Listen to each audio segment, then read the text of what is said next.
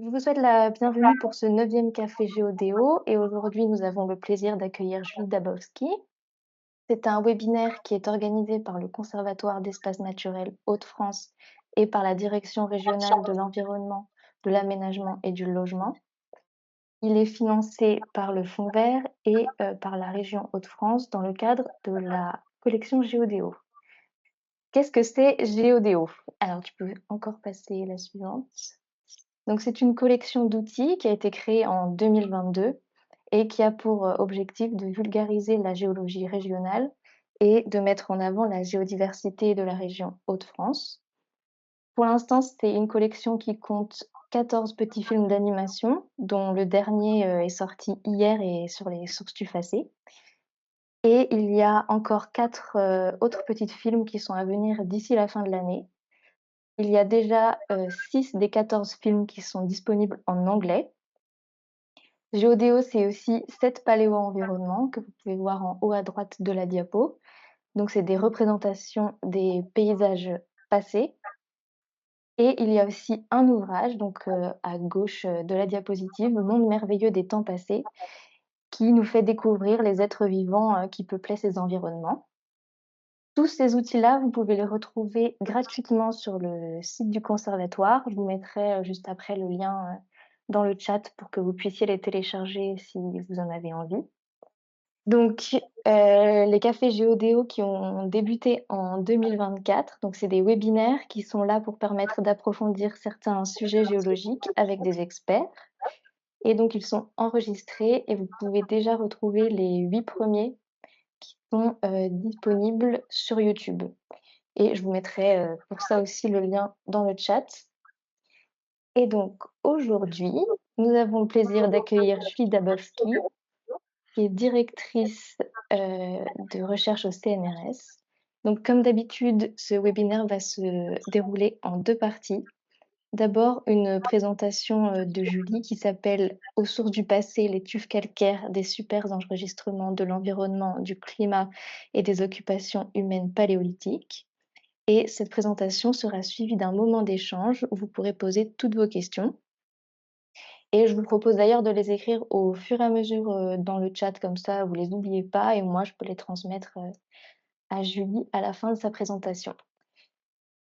Je vais couper ma caméra le temps de la présentation, c'était juste pour que vous m'identifiez avant. Donc, comme le disait Nolwenn, je suis chercheuse au CNRS, au laboratoire de géographie physique qui se trouve maintenant à Thiers. Et j'ai construit une carrière scientifique autour de l'étude des tufs calcaires et plus particulièrement de tufs fossiles. Mais vous allez le voir, ça nécessite de quand même comprendre les systèmes actuels. Donc, je vais revenir rapidement sur ce que c'est qu'un tuf, enfin rapidement. Je vais revenir sur ce que c'est qu'un TUF et en quoi c'est utile pour l'étude des environnements, du climat, de périodes anciennes, et le tout associé généralement à des occupations paléolithiques. Donc je coupe ma caméra, je la remettrai au moment des questions.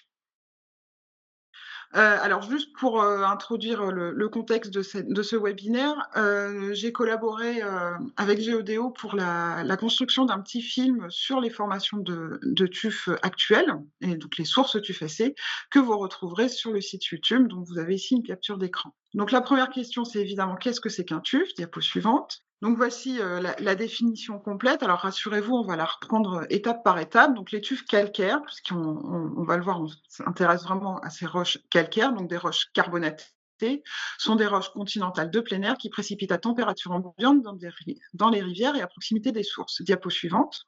Donc, qu'est-ce que c'est qu'une roche carbonatée continentale? Donc, ça s'oppose aux roches carbonatées marines, qui sont les plus largement répandues, donc en particulier dans le bassin de Paris. Vous n'êtes peut-être pas sans savoir que le bassin de Paris est en fait une ancienne mer, pour parler rapidement, dans laquelle se sont déposés des sédiments marins, majoritairement carbonatés, et en particulier dans les Hauts-de-France, vous avez un substrat marin, calcaire, qui est constitué de craie. Donc, c'est ce que vous voyez en vert foncé sur la carte du bassin de Paris en bas à droite, et qui affleure par exemple au niveau des falaises d'Étretat, qui sont réputées pour ça, pour cette fameuse craie.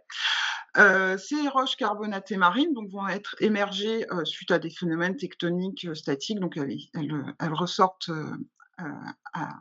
en dehors de l'eau.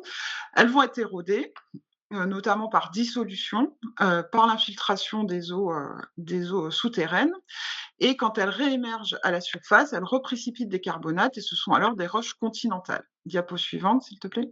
Les roches, carbonatées continentales les plus connues, dont vous avez certainement tous déjà vu des exemples, ce sont les dépôts, de grottes, les spéléothèmes qui vont être des stalagmites, des stalactites, des planchers, des drapés et cetera.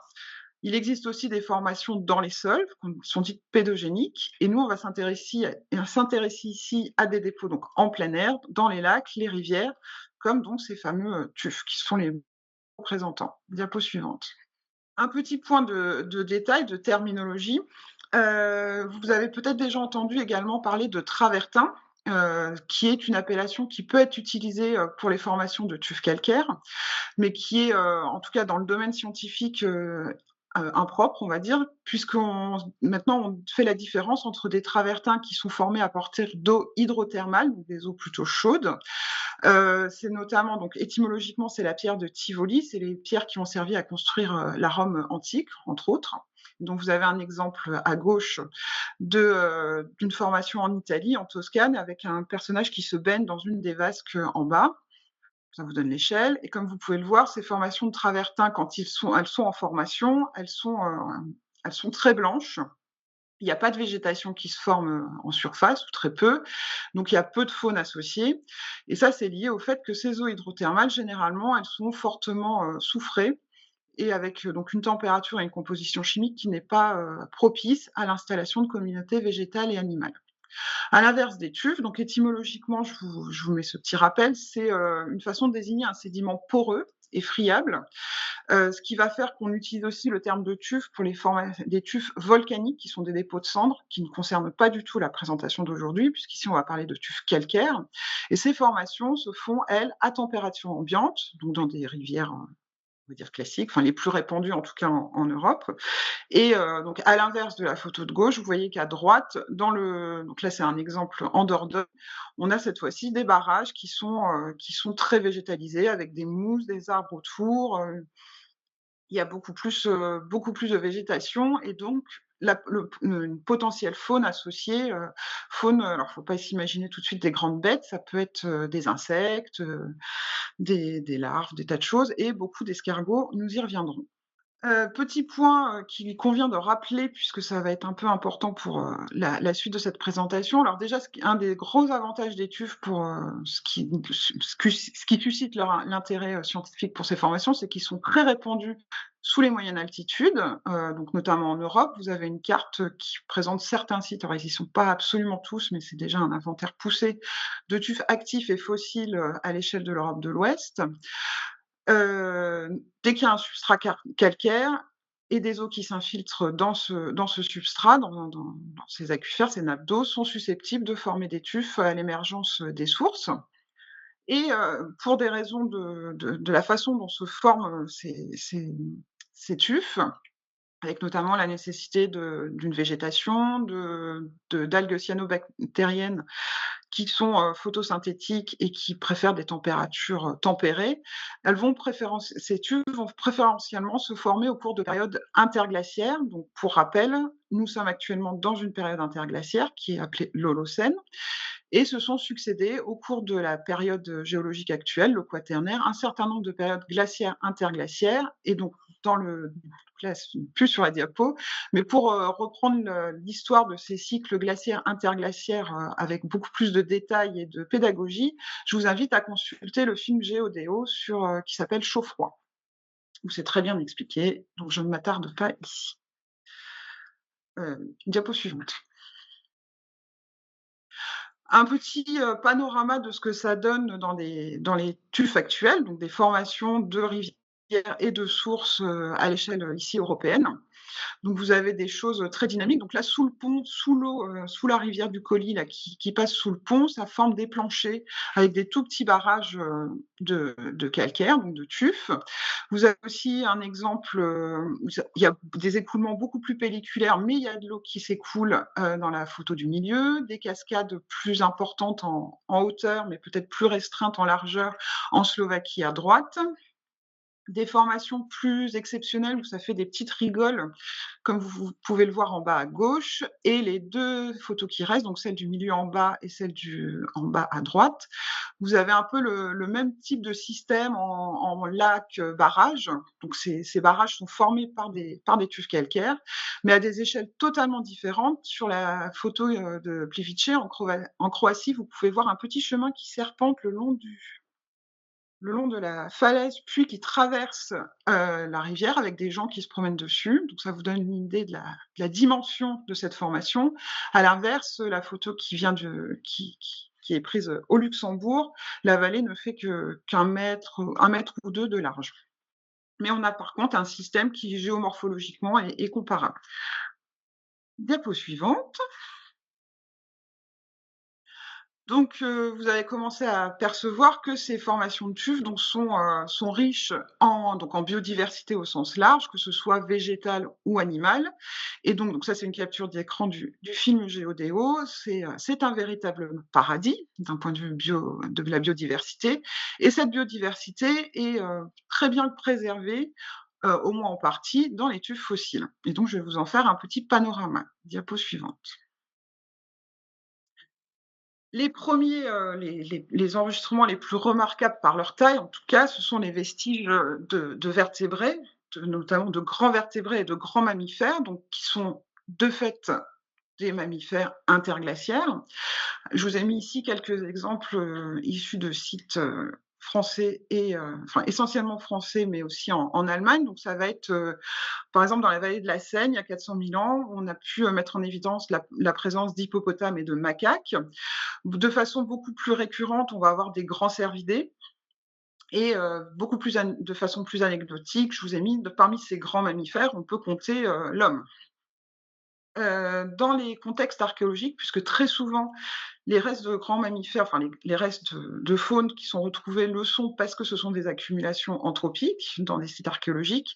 On va retrouver également la trace de l'impact humain sur cette faune avec des traces de découpe et des fracturations intentionnelles pour, l'extraction de la moelle osseuse et sa consommation. C'est ce que vous voyez sur la photo sur fond noir, à droite de la diapo.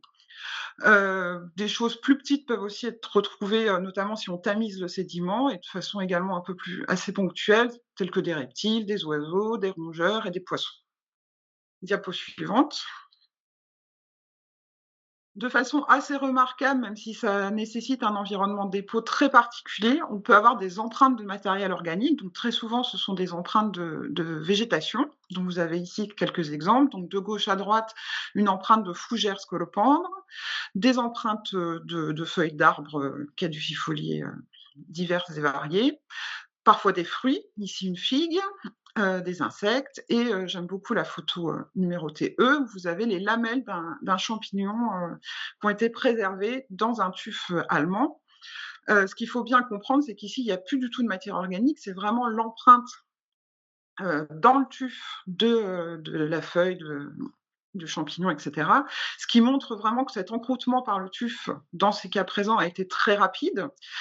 Avec une consolidation elle-même très rapide. Donc c'est des phénomènes, on peut avoir des encroûtements de plusieurs millimètres, voire parfois dans des cas extrêmes de plusieurs millimètres par an. Et cet encroûtement très fin permet d'avoir beaucoup de détails anatomiques préservés. C'est pas toujours le cas, là je vous ai mis quand même des cas exceptionnels, mais ça peut être le cas.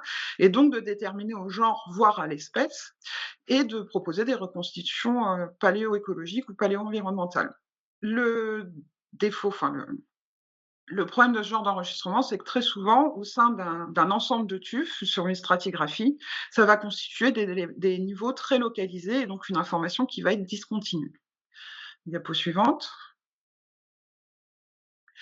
C'est pourquoi le meilleur, indicateur, pour, la reconstitution de dynamique environnementale, ça va être l'étude des coquilles d'escargots, donc la malacologie, l'étude des malacophones. Puisque dans les tufs, les tufs constituent un environnement privilégié pour le développement des escargots quand ils sont en train de se former, ces tufs, puisque il y a de l'eau, c'est des environnements carbonatés. Donc pour le dé pour la fabrication de leurs coquilles, les escargots sont très coûteux. Puis ensuite, la conservation de ces coquilles à l'état fossile, puisque du calcaire dans du calcaire, ça va être très stable et ça va très bien se préserver.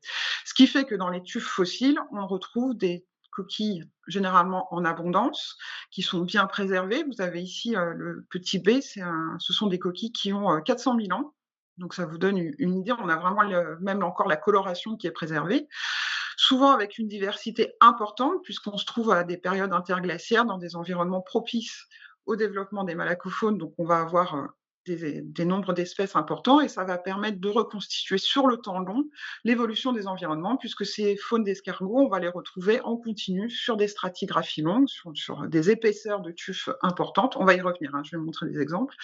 Et donc, ça va permettre de montrer des dynamiques d'entrée en interglaciaire ou de fin d'interglaciaire, etc.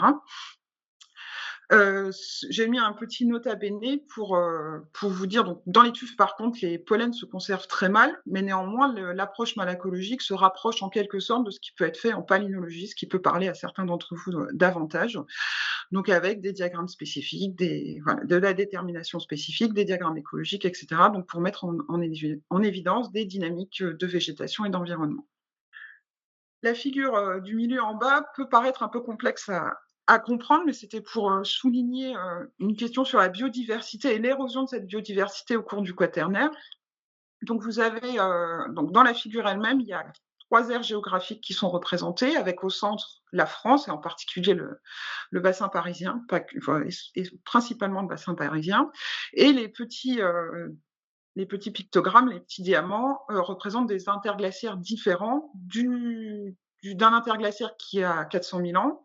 Le dernier interglaciaire, la dernière période chaude et humide qu'on ait connue autour de 5 000 ans, et notre interglaciaire actuel. Et vous pouvez voir que, quelle que soit l'ère géographique, on a une décroissance du nombre d'espèces, ici c'est des espèces forestières d'escargots, du nombre et donc de la biodiversité de ces escargots au cours du Quaternaire, d'un interglaciaire à l'autre. Diapo suivante. Donc ici, pour résumer un peu tout le potentiel de recherche des tufs calcaires et pourquoi il y a des gens comme moi qui décident d'en faire un objet d'étude à part entière et quasiment exclusif en ce qui me concerne. Donc on a déjà évoqué les restes paléobotaniques, paléontologiques, la malacologie. Donc il y a évidemment, si on conserve très bien des restes de faune, on conserve très bien des niveaux archéologiques, parce que c'est pareil, ça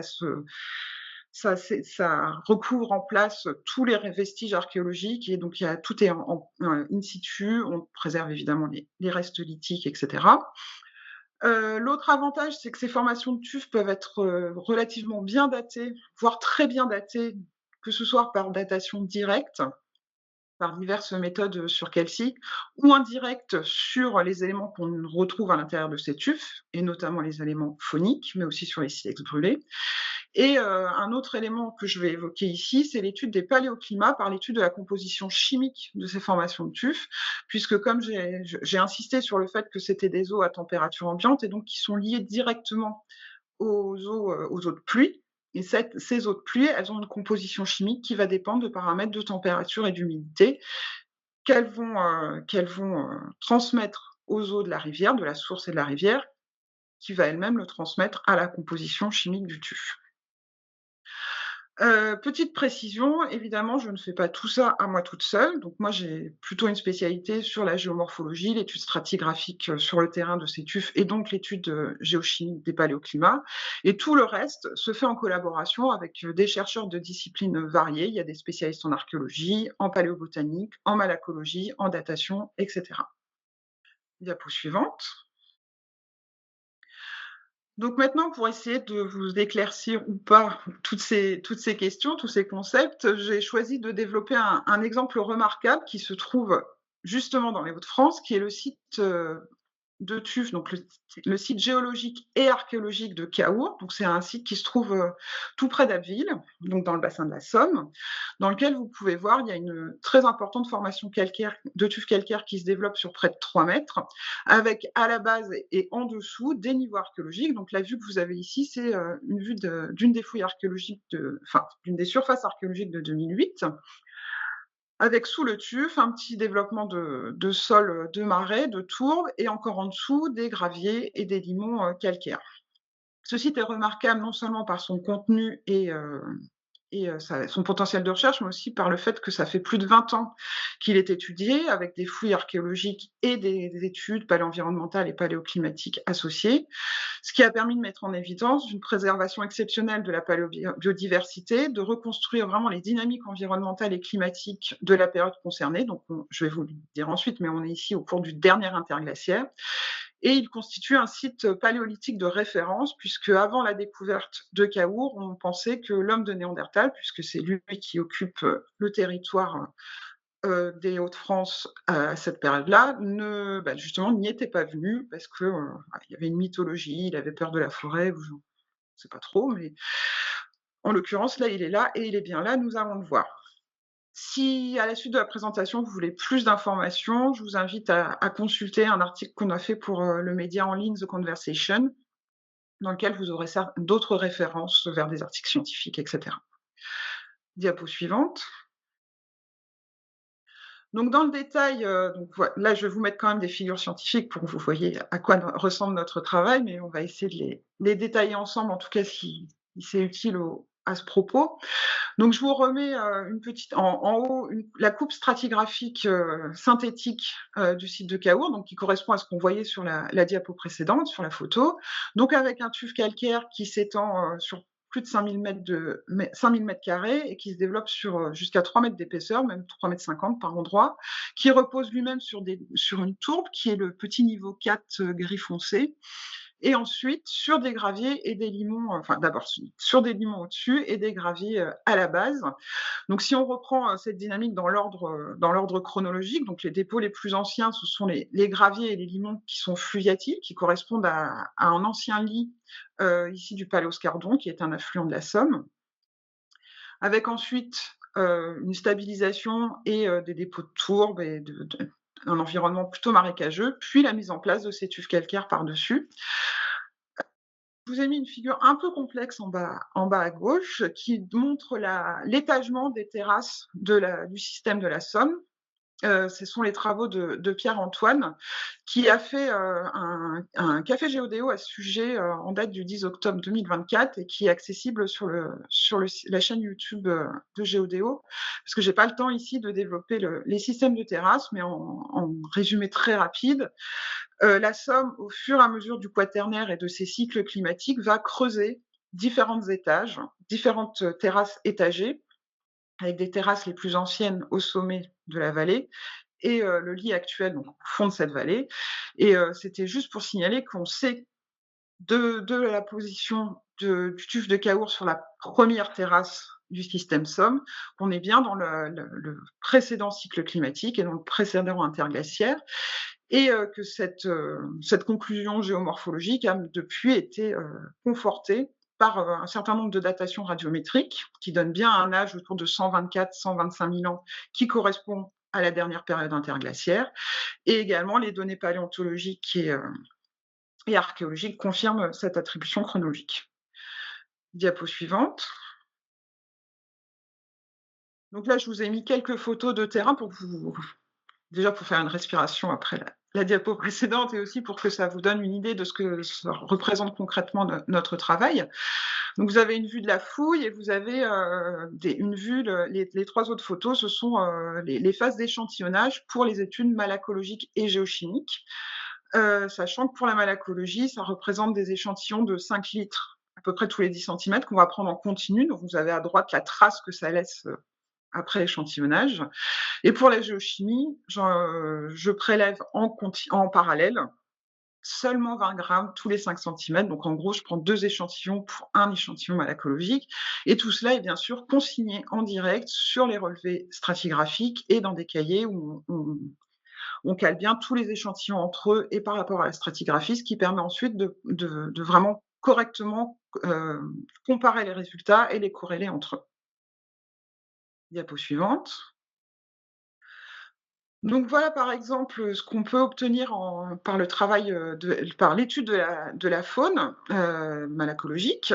Donc ce sont les travaux de Nicole Limondin-Lozoué, qui est directrice de recherche ici avec moi au laboratoire de géographie physique, et je crois qu'elle est dans l'assistance.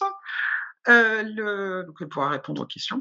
Donc ce qu'elle peut montrer à la base de la formation de Caour, où vous avez, si vous reprenez la stratigraphie, à gauche, on a donc ces limons calcaires, le petit sol de marais, les tourbes et ensuite la formation de tuf qui se met en place et on a finalement dans les limons calcaires de la base, les dépôts fluviatiles, on va avoir plutôt des espèces, dites glaciaires, donc de la période glaciaire avec des milieux ouverts stépiques et une certaine pauvreté de la biodiversité, enfin une pauvreté spécifique, il y a très peu d'espèces et dès qu'on rentre dans la phase interglaciaire et c'est comme ça qu'on sait qu'on rentre dans la phase interglaciaire, on a l'apparition d'espèces forestières qui vont, se diversifier, qui vont être de plus en plus abondantes et de plus en plus, nombreuses, diversifiées. Avec un optimum ce qu'on considère l'optimum interglaciaire, où on a plus de 50 espèces terrestres qui sont enregistrées à Cahors, donc dans le niveau de tuf, dit tuf organique, sur la figure. Donc comme le dit le petit escargot, au moment de ce maximum de l'interglaciaire, où on a une couverture forestière probablement assez dense, on a beaucoup d'escargots, que ce soit en nombre ou en diversité. Diapo suivante. Une autre façon de représenter, ces résultats, donc vous avez, à nouveau à gauche la stratigraphie avec cette fois-ci la phase, les phases, postérieures à ce que je viens de vous présenter, précédemment. Donc la diapo précédente ne vous présentait que le début de cette stratigraphie, donc des unités stratigraphiques 10 à 5 avec dans l'unité 5 le maximum de développement des mollusques forestiers. Et ensuite, plus haut dans la séquence, on revient à un environnement plus ouvert, mais on reste dans l'interglaciaire. On passe pas dans une phase glaciaire, puisque de toute façon, on est dans du tuf. Donc là, c'est une façon de représenter les résultats avec en groupant toutes les espèces d'escargots qui appartiennent à un même type d'environnement. Comme vous pouvez le voir au-dessus du diagramme, il y a, forestiers, semi-forestiers, les les mésophiles et cetera. Et ce qui permet de comparer cette fois-ci avec mes données, géochimiques, diapo suivante. Alors ne vous affolez pas. La première courbe avec les diamants noirs, donc c'est le signal du delta O18, donc c'est l'oxygène, les isotopes de l'oxygène, qui va être un marqueur de variation de température dans les tufs. Donc vous voyez, il y a la petite flèche plus ou moins frais, plus ou moins chaud. Alors petite précision, par abus de langage, des fois je dis qu'il fait plus froid. On est dans une période interglaciaire, il ne fera jamais froid, il fait plus frais, tout comme il ne fera jamais sec, il fait moins humide. Dans les 2 courbes suivantes, ce sont des marqueurs donc plutôt d'humidité, que ce soit les isotopes stables du carbone, le delta C13, ou un rapport, élémentaire qui est le magnésium sur le calcium, qui vont, cette fois-ci mettre en évidence donc des variations dans l'humidité, générale, en particulier le delta C13. Et ce qu'on voit dans ces courbes, c'est que, au moment du maximum de développement, des mollusques forestiers, donc dans cette unité 5, là où il y a la flèche rouge, on a également un maximum de température et d'humidité qui est enregistré. Donc montre une très bonne concordance entre les résultats qui sont, je vous le rappelle, sont indépendants. Ils sont parfaitement, parallèles, mais ils sont indépendants et donc qui permet de discuter les dynamiques, environnementales vis-à-vis de dynamiques climatiques. Et donc, comme le dit l'escargot, il faisait bon par ici. Diapo suivante. Une autre façon d'exploiter ces données, puisqu'on ne se contente pas de travailler, uniquement sur un site, on va toujours élargir, sur des questions, soit régionales, voire, à l'échelle du continent européen, soit ici j'ai choisi de vous présenter un exemple, en diachronie avec, une comparaison de ce qu'on peut connaître de l'intensité climatique au cours du dernier interglaciaire, donc qui est enregistré à Cahors, mais ici aussi je vous présente des données qui ont été obtenues à Resson, qui est un site d'âge équivalent, dans l'Aube, dans la vallée de la Seine, enfin dans le bassin de la Seine. Donc vous avez, les ellipses rouges entourent les résultats obtenus pour, donc cette période du dernier interglaciaire et les ellipses grises pour, l'interglaciaire actuel sur un site, normand cette fois-ci. Donc on est dans un espace géographique et climatique, cohérent et au lieu de présenter en stratigraphie les données, isotopiques en oxygène et en carbone, j'ai choisi ici de les croiser et les mettre sur un même diagramme avec en abscisse donc les données, qui sont relatives à la température et en ordonnée celles qui sont relatives, à l'humidité. Donc je vous ai remis les petites flèches pour vous y retrouver et ce que ça montre, c'est qu'on a quand même, des ambiances climatiques qui sont, différentes entre le dernier interglaciaire et l'interglaciaire actuel, donc entre il y a environ 125 000 ans et la période actuelle et notamment, diapo suivante, des optimums, donc le moment où on a le maximum de température et d'humidité qui apparaît plus chaud et plus humide au moment de, au moment du dernier interglaciaire, plutôt que comparé à l'optimum climatique, actuel. Enfin, quand je dis actuel, c'est pas maintenant, puisque là, on est quand même dans une période qui est fortement anthropisée, vous n'êtes pas sans le savoir et donc l'optimum Holocène, il est plutôt entre 8 000 et 6 000 ans avant, maintenant. Et donc, ce type de résultat, ça permet aussi de montrer d'expliquer en partie, et pas uniquement, mais en partie, l'érosion de la biodiversité, notamment malacologique, que j'ai pu, vous présenter, précédemment. Diapo suivante. Pour finir sur le site de Cahors, je ne pouvais pas ne pas vous parler, de ce site archéologique remarquable, donc qui est fouillé depuis 2005 par un collègue archéologue qui s'appelle Jean-Luc Locht et qui présente au moins 4 niveaux, du paléolithique moyen. Il y en a peut-être même plus, mais en tout cas, il y en a 4 qui sont bien identifiés et qui sont, fouillés de façon extensive sur plusieurs centaines de mètres carrés. Sur le plan que vous avez à gauche, alors vous pouvez pas les lire, mais chaque petit point, enfin sur les côtés, en haut et sur les côtés, vous avez en fait, c'est des petits numéros qui sont répertoriés, ça marque, différents mètres carrés. Voilà, c'est un jeu de bataille navale. Donc c'est juste pour vous donner une idée de l'échelle, hein, c'est pas besoin de lire le détail et chaque petit point noir correspond à un reste, d'os et chaque petit point rouge, petit triangle rouge correspond à un outil, taillé, dont je vous ai mis quelques exemples. Donc il y a des milliers de restes de grands mammifères qui ont, de façon indubitable été traités par l'homme, puisqu'on y retrouve des traces de découpe, des fracturations intentionnelles et on a aussi une certaine forme de sélection, des espèces, avec des espèces donc plutôt consommées, voire, il ne ramenait que pour les plus gros animaux, type auroch, rhinocéros, il ne ramenait que les parties, les plus charnues, les membres. Et on a un peu moins d'outils taillés, mais on en a quand même, qui sont répertoriés essentiellement autour d'aires de taille, mais parfois associés à la faune. Et donc ces éléments archéologiques permettent de définir Cahors comme un site d'activité de boucherie au sens, très large, donc de traitement des carcasses, du dépeçage jusqu'à la fracturation des os. Donc ça inclut le décharnement et cetera. Diapo suivante.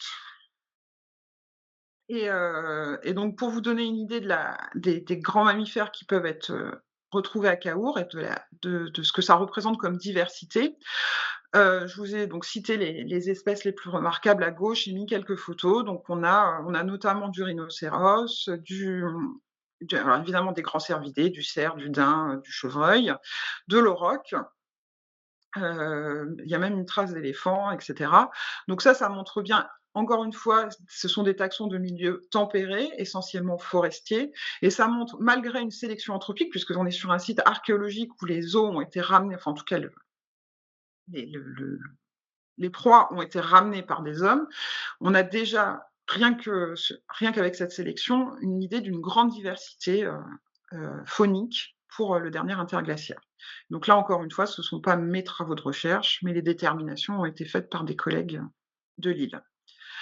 Diapo suivante, je pense que je suis au bout. Voilà, donc je voulais conclure en espérant que je vous ai convaincu que les tufs étaient non seulement intéressants pour, la biodiversité et méritent d'être conservés, préservés à l'heure actuelle, mais que c'était également des supports de recherche, particulièrement intéressants.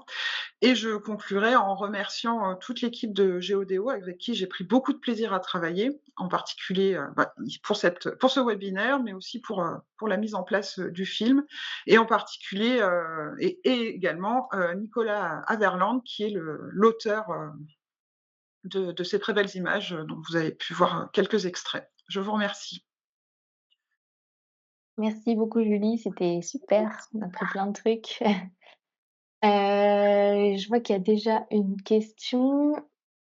Alain qui nous dit: «Super exposé, merci» et qui a une question: «Est-ce que les TÜV permettent de mesurer des variations de température plus ou moins chaud, mais peuvent-ils aussi, donner une idée de la variabilité intra-annuelle de cette température?» Oui, mais il faut passer à une autre échelle d'observation. Je le sais, Alain. En fait, dans les tuffes calcaires, on peut retrouver, certains dépôts remarquables qui sont très finement laminés, notamment qui se mettent en place autour de la végétation.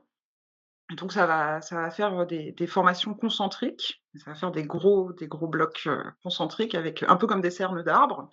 Et quand on étudie ça, donc à haute résolution, en prenant plusieurs échantillons par lamine, on peut effectivement, toucher la variabilité saisonnière, dans les tufs, avec le même marqueur, delta O18. D'accord et donc il y a assez de dépôts, pour Le problème, c'est pouvoir, encore une fois, c'est que ça va être, des dépôts qui peuvent être très importants, donc avec plusieurs années enregistrées. Par contre, très souvent, ils sont, localisés dans la séquence.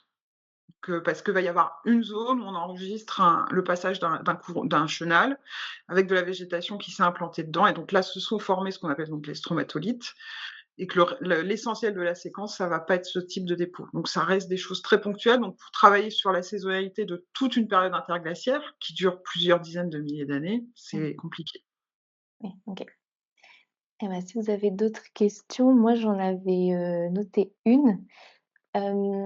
Quand au début, alors je peux remettre, la diapo, tu nous montrais la grande, variabilité de sources qu'on pouvait avoir. Est-ce que, il y a des conditions, en fait, on a des formations différentes parce qu'il y a des conditions particulières qui permettent de former, des sources surfacées plus ou moins grandes, Alors les alors pour résumer, les 2 paramètres principaux, ça va être à quel point l'eau, elle est concentrée en calcaire, en carbonate. Et quelle est la géomorphologie environnant l'écoulement d'eau? La topographie, on va dire. Topographie ou microtopographie. Donc par exemple, en Slovaquie, à droite, là, on a clairement une chute d'eau et en fait, ces eaux sont chargées en calcaire, mais le fait qu'il y ait la chute d'eau, ça va créer un dégazage et ce dégazage, mécaniquement, en fait, quand on sort du CO2, on produit de la calcite, on produit du calcaire. C'est le même principe que la bouilloire. Quand on fait bouillir de l'eau, ça fait évaporer, ça fait sortir du CO2 et ça fait précipiter du calcaire au fond de votre bouilloire ou de votre casserole. Donc c'est le même principe.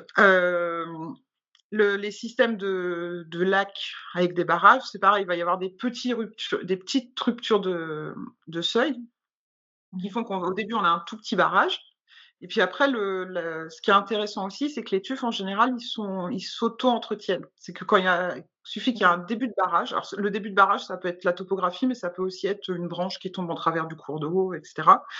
Mais ça va commencer à encrouter, puis comme c'est dur, ça va par accrétion, ça va créer de plus en plus des barrages de plus en plus importants, donc de plus en plus larges ou de plus en plus, hauts. Et OK. donc oui, ça dépend essentiellement donc de la pente et des ruptures de pente et cetera. OK. Oui, il y a des Alain a plein de questions. Alors ah oui, alors, Je peux répondre? Enfin, je les lis et bah, oui, bah, si tu les bah, je vais les lire à l'oral quand même pour que oui, vas-y. pendant le replay, on puisse voir. Donc pour déposer 3 mètres, il faut quand même une sacrée source. Quelle est l'étendue de celle de Caour? À Donc c'est Caour, oui, alors, parce qu'à Caour, non seulement il y a 3 mètres, c'est pas forcément le plus impressionnant, c'est qu'il y a surtout, plus de 5 000 m². Est-ce que tu pourrais remettre la diapo où il y avait la toute petite carte avec la dans le et en fait, alors ah oui, à la toute Caour, on petite est carte au plutôt sur début, ouais, ici? on va voler non, mais t'embête pas, remets la diapo que tu avais, OK. en fait, à Caour, on est plutôt dans un système, donc dit de sources perchées qui ressemblerait à Film, dans la Marne, qu'Alain connaît bien, avec, probablement pas une seule source, mais un ensemble de sources qui suit, le niveau géologique et donc plusieurs résurgences qui vont venir, napper en banane le versant à Cahors.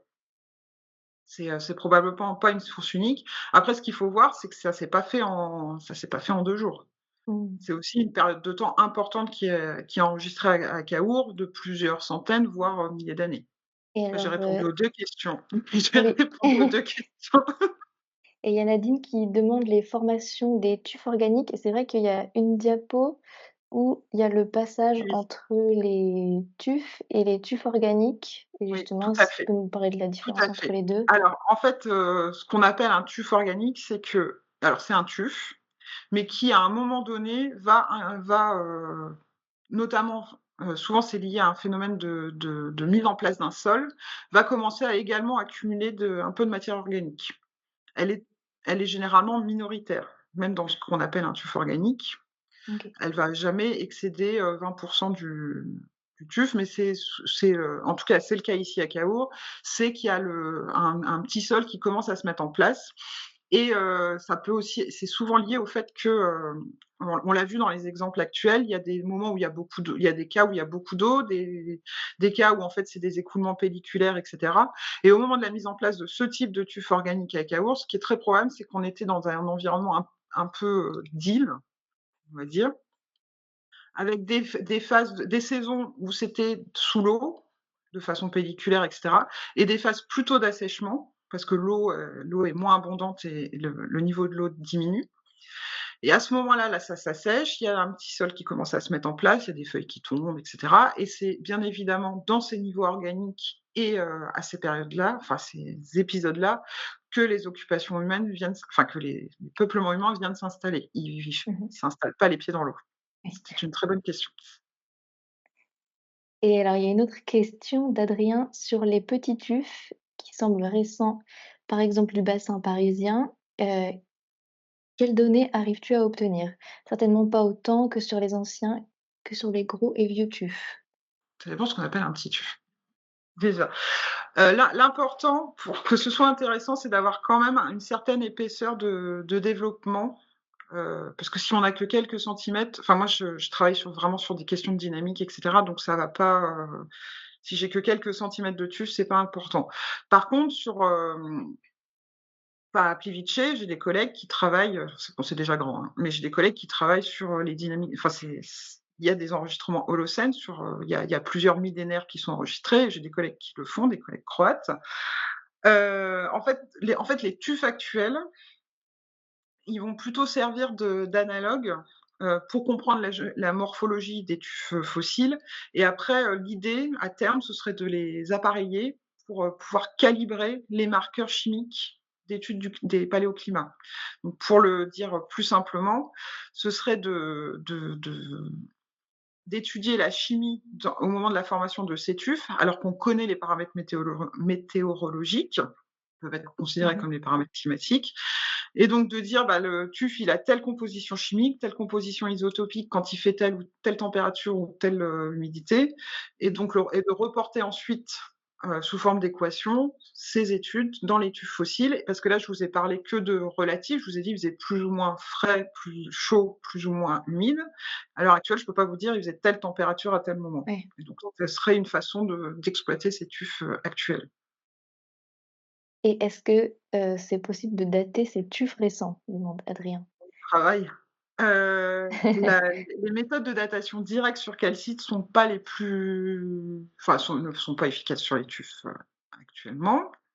On est en train avec des collègues, de Gif-sur-Yvette, du laboratoire des sciences du climat et de l'environnement enfin avec une collègue en l'occurrence, de voir si on peut dater, par uranium-thorium.